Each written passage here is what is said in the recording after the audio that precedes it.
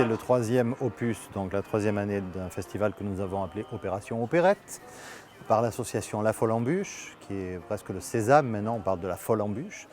C'est un festival, comme bien sûr le nom l'indique, sur l'opérette. Et nous avons choisi cette année, qui est une année particulière, où on ne peut rien faire à l'intérieur, de faire que des concerts, de ne garder que des concerts à l'extérieur.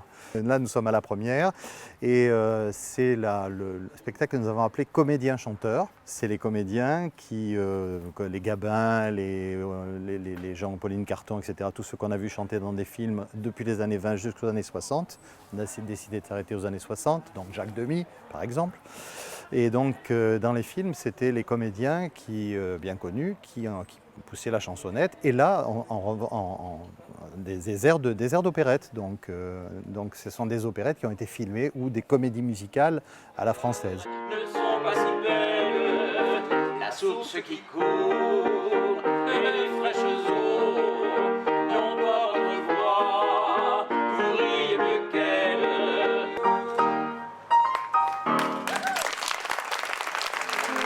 Poliment je dis bonjour madame, tant je suis amoureux de vous, tant je suis amoureux de vous.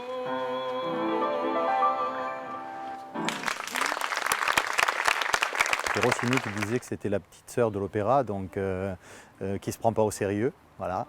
Donc c'est un peu ça. L'opérette est née dans sa forme qu'on connaît, elle est née au XIXe siècle. Elle est issue de l'opéra de toute façon. Il y avait opéra comique, opéra bouffe, puis après opérette, petit opéra, hein, littéralement. Donc c'est de la très bonne musique. Ah la Liaou, c'est tellement plus romantique. Ah la Liaou, il y a tellement pour les matouilles. Ah la Liaou, tous les cœurs sont en pique-nique. Ah la Liaou, les filles n'ont pas peur du loup. Ah la Liaou, ah la Liaou, ah la Liaou, Lia, Lia, Lia, Lia, Lia, Liaou. Je pense que les gens ont un problème avec leur propre rire, parce que l'opérette, c'est... Alors pour certains, ça fait peur parce qu'il y a le mot opéra dedans, donc ils pensent que c'est de la musique sérieuse et savante, ce qui est le cas, mais elle est tout à fait abordable pour tous. Et puis il y a ceux qui, au contraire, aiment l'opéra et entendent le « et » dans opérette et se disent c'est un art mineur, ce qui n'est pas du tout le cas, puisqu'il y a des opérettes qui ont été écrites par des grands compositeurs comme Bizet, des gens comme ça, Messager, qui sont aussi réputés pour l'opéra comme pour l'opérette.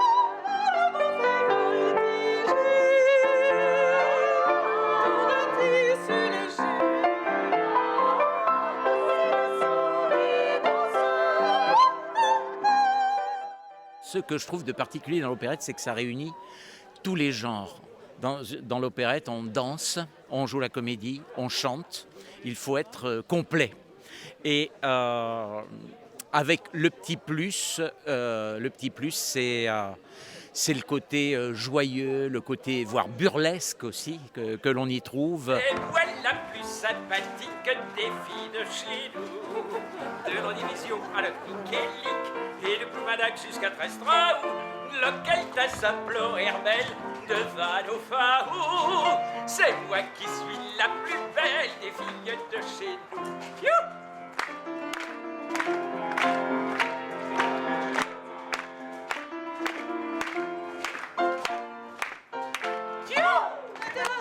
Une main de parfum, un sucre un souffle de levain, une larme de miel et un soupçon de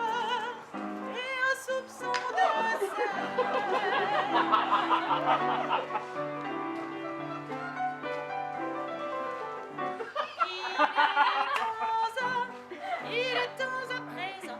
L'opérette, on en a fait quelque chose, c'est tombé un petit peu en désuétude parce que c'est comme ça, l'époque est comme ça et que la comédie musicale américaine a peut-être supplanté les choses et ainsi que la comédie musicale française, on va dire rock pour faire un large.